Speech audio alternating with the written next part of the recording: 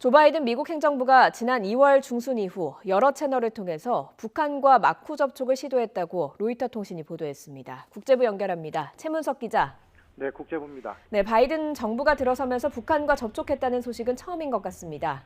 네, 그렇습니다. 로이터 통신이 익명의 미국 고위 관리의 말을 인용해 보도한 건데요.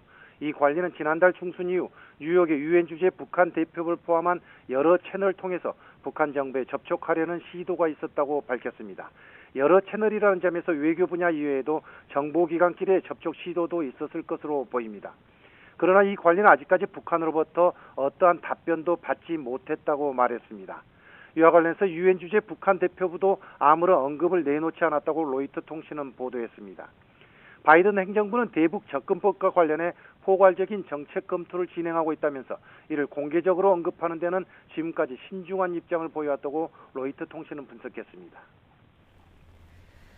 네, 미국의 국무장관과 국방장관이 이번 주 우리나라를 방문하는 시점에서 나온 보도여서 우리 정부의 입장도 반영될 것 같죠? 네, 그렇습니다. 바이든 행정부의 현재까지 입장은 대북 정책을 다시 들여다본다는 것입니다. 트럼프 전 대통령이 김정은 북한 국무위원장과 전례 없는 관계를 맺었다면서도 트럼프의 대북 정책은 실패했다고 평가하고 있습니다.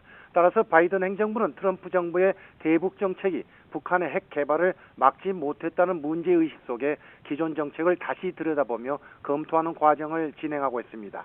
앞서 블링컨 미 국무장관은 동맹국들과 공조해 북한의 비핵화를 압박하기 위한 추가 제재 가능성을 내비치기도 했습니다. 이와 관련 성김 미국 국무부 동아태 차관보 대행은 현지 시간 12일 언론 브리핑에서 바이든 행정부의 대북 정책 검토가 수주 내에 완료될 것으로 예상한다고 밝혔습니다. 이런 가운데 이번 주 17일 블링컨 미 국무장관과 오스틴 국방장관이 방한해 우리나라 외교 국방장관과 이른바 2+2 회담을 갖습니다. 아무래도 이런 자리에서 대북 정책과 관련한 우리 정부의 입장이 반영될 수 있다는 점에서 바이든 행정부의 대북 정책 검토에도 영향을 미칠 수 있을 것으로 전망됩니다. 지금까지 국제부에서 YTN 최문석입니다.